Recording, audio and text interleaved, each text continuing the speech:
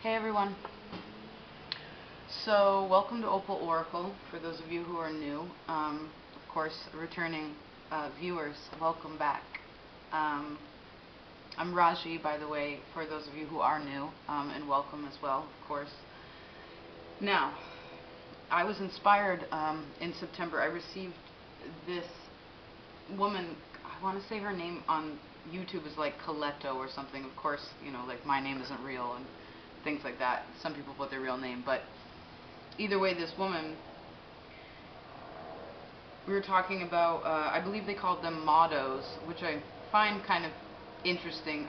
I would put it more as a theme, if you will, because basically what I'm saying is, for those of you who are unaware, each sign has an element of a theme, which represents and relates to the houses within the zodiac circle. Now, the way I decided to do this, and we'll see what happens because this is sort of a lot of information, I decided and was thinking, I was going over my notes, and basically I sectioned it out in a few different ways, but the elements of cardinal, mutable, and fixed, the cardinal stuck out to me, which makes sense because it's the first sign, Aries, right? Begins it. That Aries represents the first house. Aries is I am. It starts everything, right? The way that we think about ourselves. The way that we represent ourselves, project ourselves onto this plane of existence. So, basically I have Aries, which is I am. The second line is Cancer, which is fourth house, and that represents I feel. It can also be I nurture, but to nurture you must feel for something, you know. I just want to crank cigarettes right now. The third sign is Libra, which represents I balance, of course. I've also seen it where, because information is so altered now with this, the internet, you know, anyone can write a blog about something, and then supposedly this is actual factual truth that we extend, verbally communicate to one another. That's important to recognize and double check, especially in this Neptune and Piscean sort of dreamy world that we live in at this time. You know, you really want to double check your mathematics. So I've seen Libra also as I feel and as I think, but that's another story. The fourth sign is Capricorn.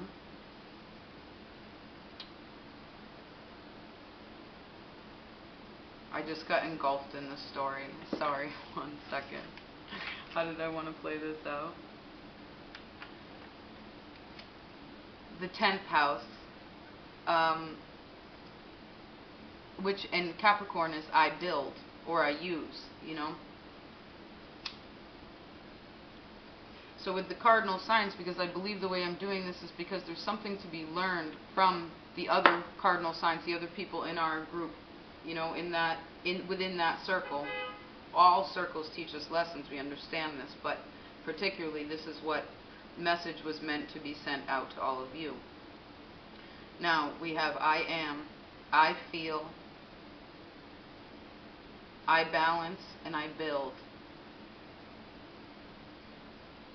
Now, for whatever sign you are, Aries, Cancer, Libra, or Capricorn, it's important, and I'll try to, I guess I could set a timer, but I already forgot on this, but I'll go back through and try to remember to do the, although I believe it will all interconnect, but, or if you want to timestamp it where it's Aries, etc., that'll be helpful.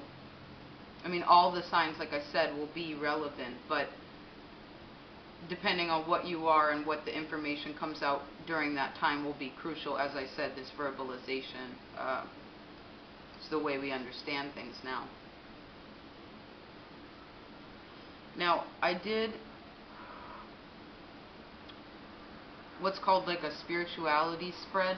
There's lots of different ones you can do, of course. This one represents, there's a card that represents your next step, or what aim, like what you should be aiming for.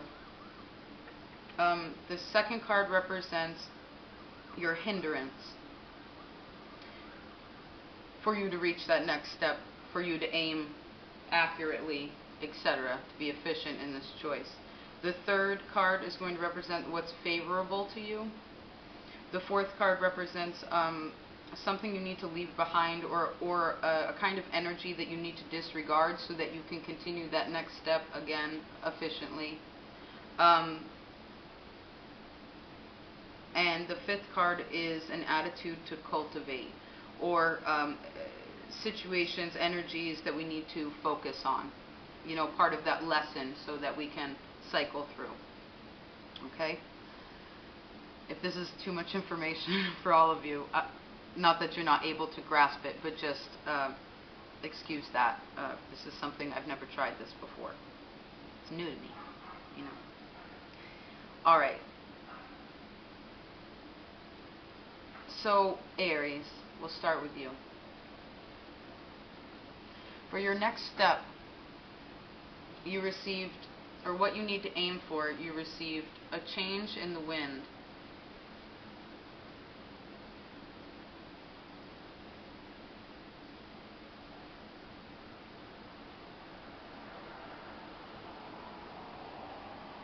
The words new direction come to mind.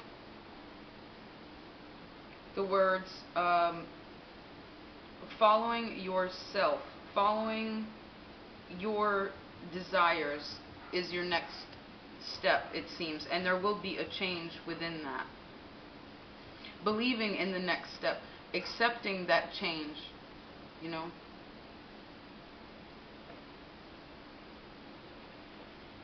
And understand that with a change in the wind, it's like wind can, you know, as they say in sailing terms, like, you know, fair seas and the winds to your back, like,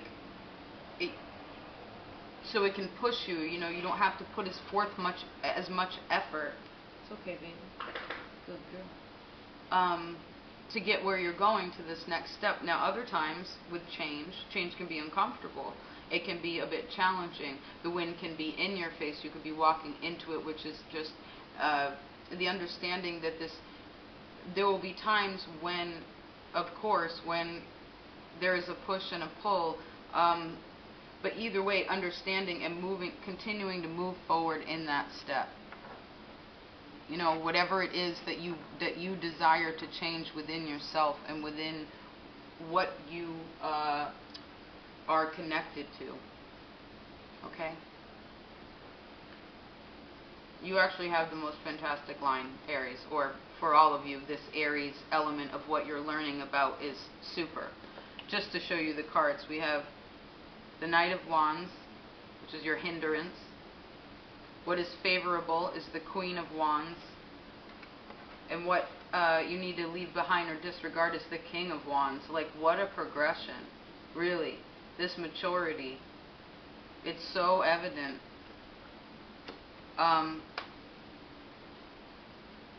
Now, hindrance. The Knight of Wands. Facing the past. Being impulsive. Being brash or rash about how your energy is spent. It shows me there's a need to harness it because there's a lot of it within you. There's a lot of it behind you. Pushing you. You know, you're the first house, so it's like, there's the beginning, right? The door opens and wah. So it makes sense that, you know, just because someone opens a door for you doesn't mean that that's the door that you need to go rushing into. Who knows what's in there? You know what I mean?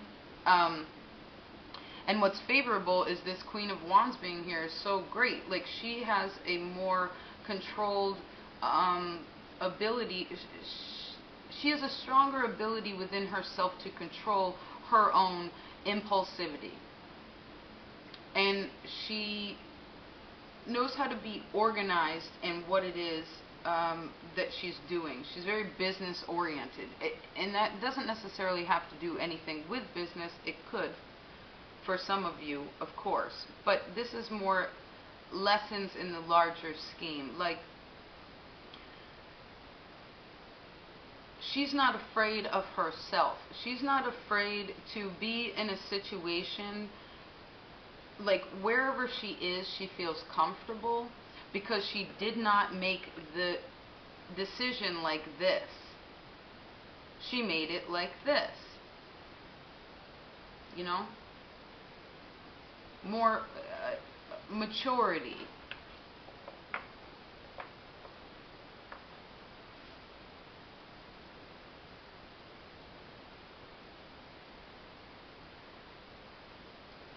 And what you need to leave behind or disregard, ways of fire and Aries and I am, right? That's, we have to remember these. This is part of this inspiration that I had, which is, you know, in a way, we define ourselves that way, you know? Libra always trying to balance something. Cancer always trying to feel out everything, feel out other people. Aries is generally very I forward, but and about the self, which is good. That's why you're so brave. But big, really strong I ams is sort of what can define us in a way where it actually blocks us in a little bit, you know? Like if you say, I am a vegetarian, it's like no one's ever going to offer you a hamburger.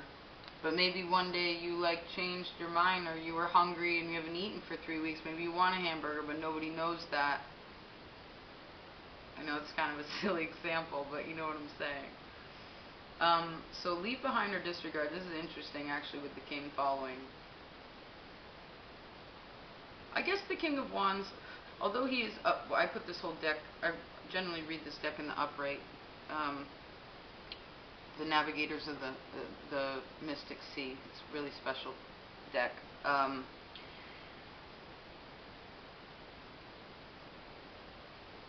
You need to disregard that you already know everything, or that you really know who you already know who you are, right? Because you are. I am. But that's what it's saying, is that whatever that I am is, there's an alteration, a newness that needs to become within that, an extension of that. Not that you have to remove anything that you were before, but again, the I am versus, you know, putting the stamp on the letter versus not sealing the envelope yet.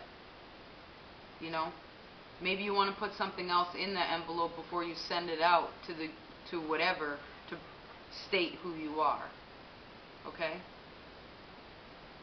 Keep an open-mindedness about it, which I see you'll learn from Libra, that this isn't, you're in the process. It's nice.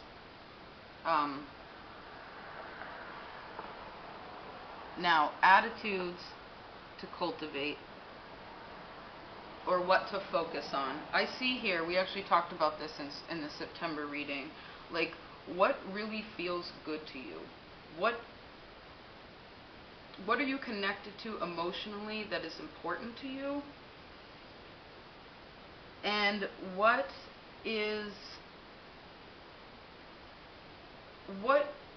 situations are you looking at in like a dreamy way, where you're not really taking it seriously? Because there's a part of that wastes your energy. Also, all this fire, you know, it's important that this Queen is also in your favorable. The Queens are about internal power, internal ability. You know, she's surrounded by masculine energy, this external. It's about, there's a need to center yourself. I see centering twice, actually.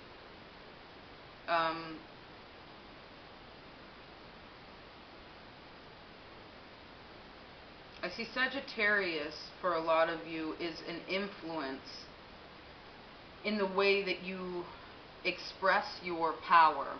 the way that Sagittarius is, which is Sagittarius is ruled by Jupiter, which is expansive, right? And it's also, I believe they're I teach, or I learn. I had to write it down because, like I said, there's multiple ways to put it, and that I've also read about. Yes, I teach or I see. You need to see where you're impulsive. You need to check that impulsivity and understand that you can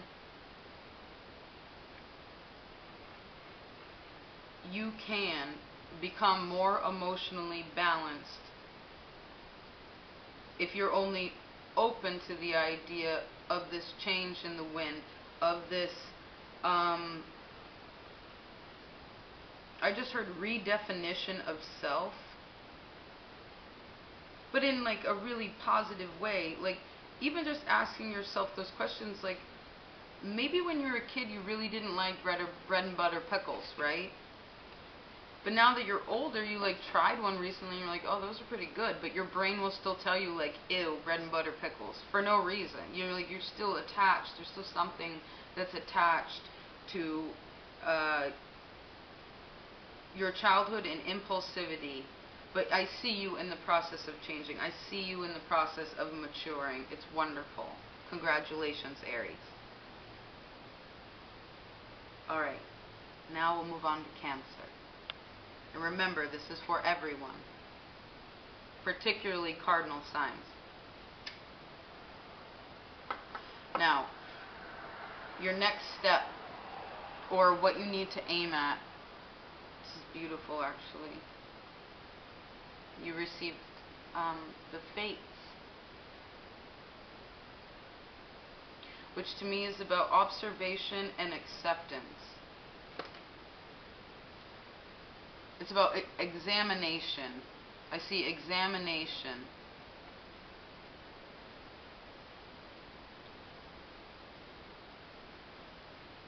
And what hinders you, Cancer, as well as Aries, both have Knights. Which shows me something that happened, both of you, Aries and Cancer, something significant in your teens formed you in the way that whatever this card and this placement represents. Now, for the Aries, of course, this would be impulsivity and undirected energy, non-committal sort of attitude. This, on the other hand, this hindrance is about, well, it's your idea of a perfect mate. It's how you look at love. It's how you offer your love. It's who you think is suiting to receive your love. And I see that you're becoming less impulsive with that, which is good. In the ways of just giving to any old buddy. As, of course, those who have been watching, particularly Cancer, quite an expansive growth, and specifically speaking, the last few months. Quite inspiring, actually. Doing an about face, just changing. It's wonderful. It's really wonderful. Now, what's favorable to you, which is great, you have the Seven of Discs. The first word I heard was knowing what is not enough. 3 crows just flew by, which made me think, I saw that Kim Kranz, the Wild Unknown tarot card, the 3 birds, the 3 of Cups. It's about community, it's about your tight-knit circles, about your connectivity to your socialization, which is also a way that you give emotion and energy, you know, like how much do you give to others, how deep that goes. And this card, you know, coming from you could very well be genuine. But if it's in your hindrance position, and I see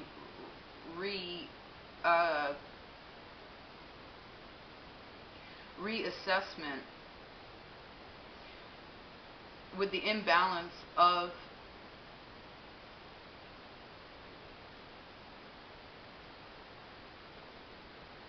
the process of giving, particularly to others. I see that you're learning how to be more giving to yourself, which is really good. Then you'll start attracting more people into your life, in your social circles, etc., that have the same sort of genuine intentions of giving. You know, and remember, I was just reading about this too. When it comes to giving and receiving in the ways of abundance, it's like, if you're always giving, then you leave no opening for you to receive. So that's why that balance is really important. It's like playing tennis, you know? Except sometimes in that tennis game, you got to go off and like tend the garden or do whatever you're doing, and you come back and you're like, oh, it's my turn. Cool, someone's handing me something. All right, now back to you. Or maybe you just hang on to that ball before you even swing it on back, you know? Because maybe what you received wasn't exactly what you were looking for. These are important factors to consider, and I actually see you specifically considering that. So, good job. Now, what you need to leave behind or disregard. We received the Queen of Pentacles.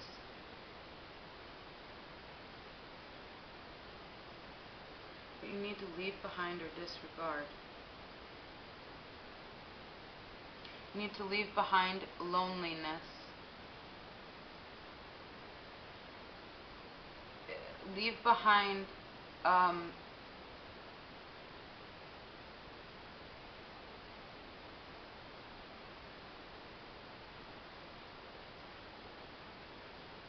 and I know this will sound strange to some, but leave behind, I see, leave behind the desire that this card, which is actually, remember, your hindrance. If you leave behind this card, leave behind the expectations that the only way for you to feel fully stable and comfortable, and really connected, and like, because I hear the word family,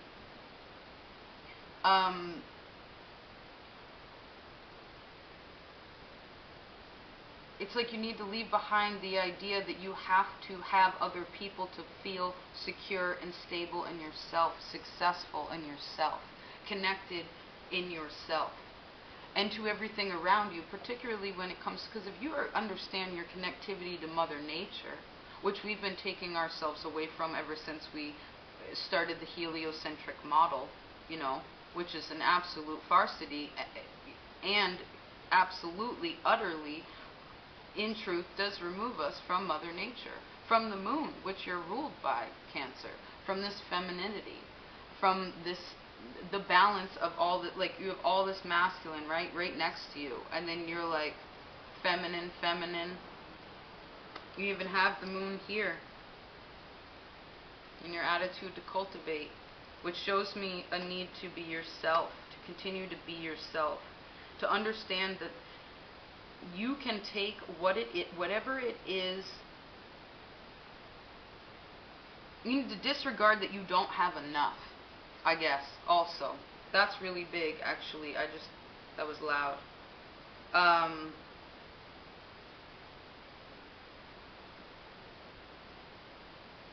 Because you can't compare yourself to other people anymore. It's not worth it to do that. That's something to leave behind. You are moving forward on your own path. You are starting to understand, and really, it's beyond scratching at the surface. Like, you're willing to open it up and be like, I want this to open so I can see what it really is, and I can examine it and understand which way I need to go, so that my fate, this fate fate meaning destiny, and everyone's ultimate destiny is to reach their higher self. It just depends on how we get there by the choices that we make. You know? If you learn the lesson, you don't have to repeat it anymore. I'm really curious how long these are actually. Hold on 1 second. Oof. Okay, actually I'm going to have to split this in two because my camera will only do one. So, part 2 coming. Peace.